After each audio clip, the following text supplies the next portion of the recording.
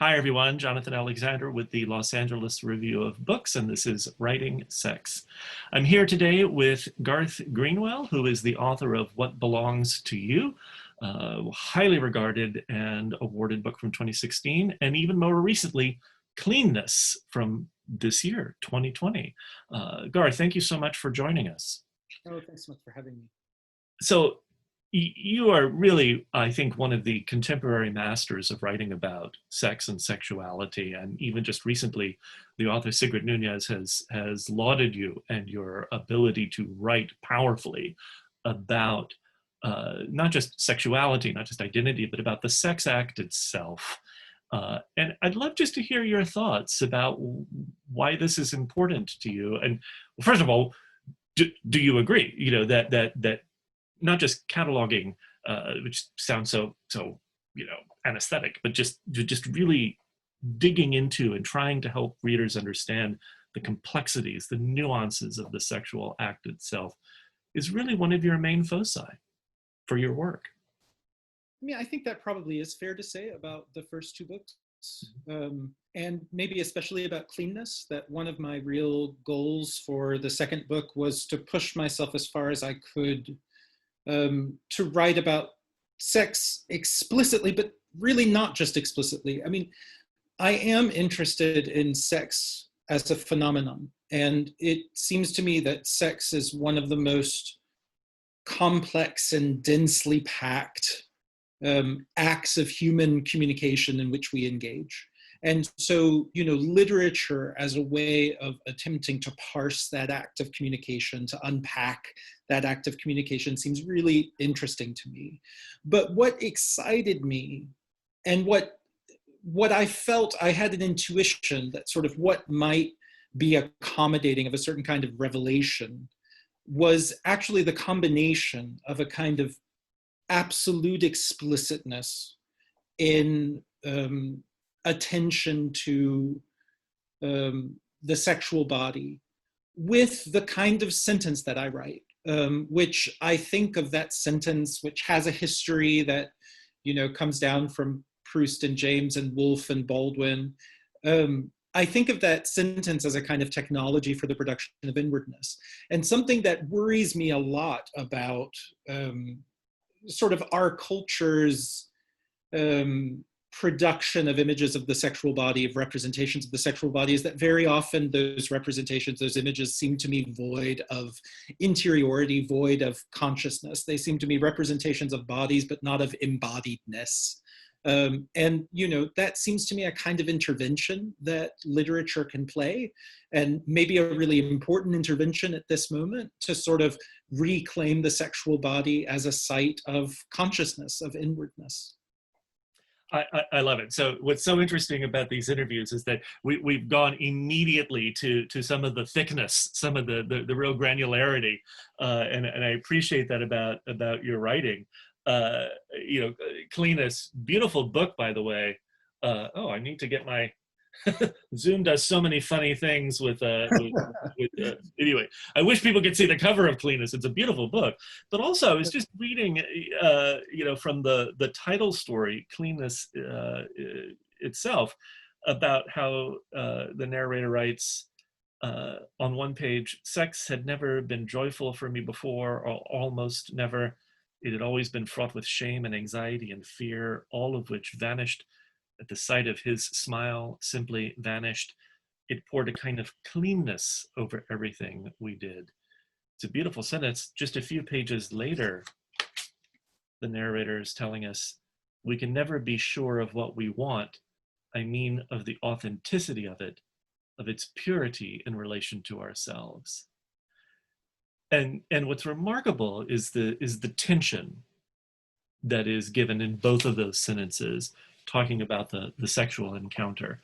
It, on one hand, being a locus of feelings of shame, but then also of purity, but then also 2-3 pages later, raising questions of what do we really want? Can we ever really know authentically what it is that we want? And you beautifully hold both of those things, which some people might understand as contradictory, but I think I understand as just the truth of the sexual encounter. Your thoughts? Well, that's a lovely thing to say. One of the things that I hope the book does, and I titled it Cleanness because I wanted to sort of put a spotlight on that idea of cleanness, the idea of purity, the idea of authenticity. And I really hope that the book is kind of relentlessly interrogative about all of those things. The passage you read is the one moment in the book where the word cleanness appears.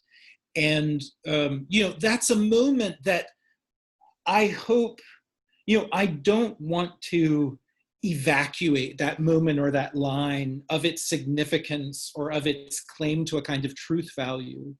But also I want to really problematize it. The narrator has certain ideas of purity, that have been kind of placed in him as much of our intellectual equipment is placed in us. And I think he's deeply suspicious of them. And I hope that the book is too, and that the book finally wants to say that, this dichotomy we set up between cleanness and filth, like all dichotomies, is unsustainable. And that in fact, in filth we find cleanness, in cleanness we find filth. Yeah, yeah. And I love that you focus on the sentence, as you put it, as the technology that really gives us access to that complexity. So last night, while I was reading and rereading passages from Cleanness, I put the book down and then picked up Henry James's Portrait of a Lady and reread the first chapter, which is a very lovely introduction to three characters: a father, a son, a son's friend. And at the level of the sentence, again and again, there's so many complexities that James, as he often does, is already giving us so many ways that the sentences can be understood, not just to ourselves as readers, but the characters in that situation. And you do that again and again. It's interesting to hear you talk about being within that lineage consciously. And while James rarely wrote explicitly about the sexual act, you bring that same energy to the sexual act. Is that a fair assessment? I hope so. James, there's no question. For me, he's probably the most important sentence maker in English, for me. And there's definitely, I hope very much, I strive very much to sort of be part of that tradition of sentence making. There's no question that James would be horrified by my sentences. James is quite devoted to kind of grammatical propriety, and I violate that propriety all over the place. But, something that, I do think James is extraordinary in the way that he uses the sentence as sort of this way of charting kind of psychological microclimates, and there's a way that is very moving and inspiring to me. And then there's also a way in which, while James, only ever refers to, sex is all over James's books actually, but, by means of allusion or by means of not speaking. But it's also true to me that like James's style feels like desire to me, the way that these sentences sort of fall back on themselves to question themselves, but then also have a kind of rhythmic propulsion pushing them forward. That constant sort of movement of them and their sinuosity. To me, like, it just is the case that I think Henry James's style is sex, so in some way, he doesn't need to have sex as an explicit subject. It's in the music of his sentences and in their kind of muscularity, I think. No, it's a beautiful reading. One might argue that when James was writing, there could not be the kind of explicitness that we might find in a lot of more contemporary work. But what I think is interesting is that, if I understand you right, your goal is not just to play the implicit with the explicit, but in some ways to recharge explicit talk about sex with all of the density and the nuance and the sinuosity of James's style. I think that's fair to say, yeah. And also to sort of, charge that explicitness, I think, with some of the sense of stakes that one has in James and in what James leaves unspoken. Yeah. I mean, I do think there's a way that a lot of contemporary representations of sex, um, well, there are certain stakes that they leave out.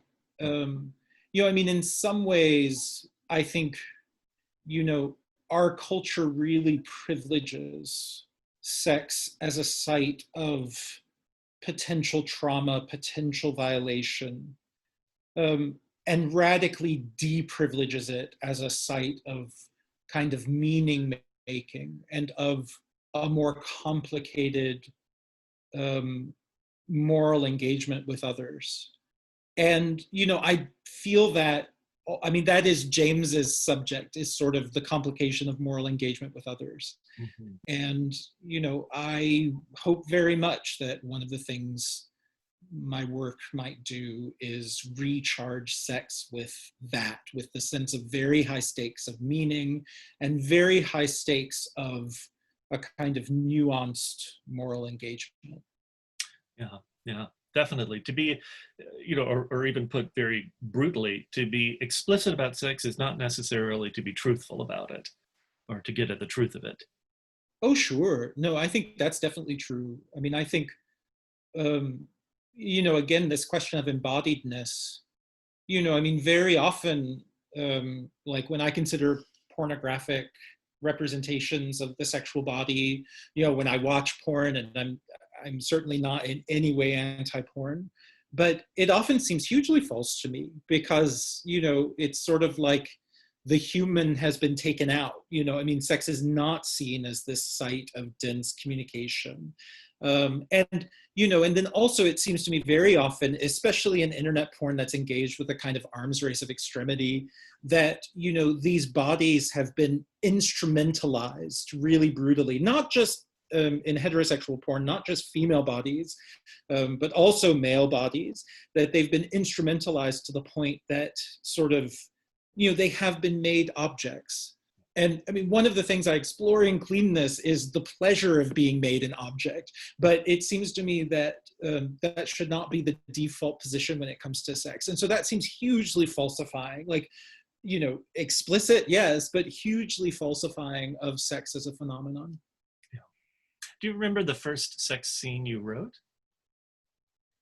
Oh, well, I mean, in terms of fiction, because, the first section of What Belongs to You was the first fiction I'd ever written. And so, I guess it is the chapter in What Belongs to You.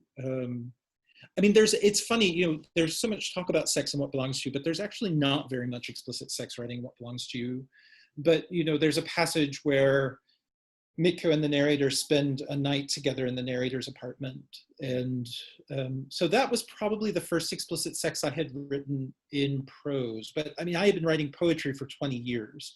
And my great teachers of poetry were Frank Bedart and Carl Phillips, who both brilliantly write the sexual body. And so I was writing sex scenes and poems, from undergraduate days. Mm. Yeah, I know Bedard is a master, and I can see a lot of affinity between your work and his, particularly as the convolutions of the psyche in Bedard are so present. That's great. I think he's the greatest living American writer. Yeah, for me, certainly the most important. Yeah. Final question: a recommendation of someone else, a contemporary or maybe not so contemporary, who has written sex in a way that you find animating, enjoyable, provoking? Oh, there are so many. I mean, I think a lot of people are writing sex right now in exciting ways, maybe especially women writers and queer writers. And, just anytime I'm asked this question, I would answer it differently, but just to reach for one person whose work I've been hugely inspired by, the writer T. Fleischman, and their book, Time is the Thing the Body Moves Through, is to me just a really remarkable investigation of sex, and not just in terms of writing sex at the level of scene, but also in terms of a book, the structure of which is itself a kind of investigation of a sort of non-normative, erotic, and affective life. So that's a book that I think just everyone should read. That's fabulous. Thank you. And again, Garth, thank you so much for chatting with us. Garth's most recent book, Cleanness, available now. Thank you. Thanks so much.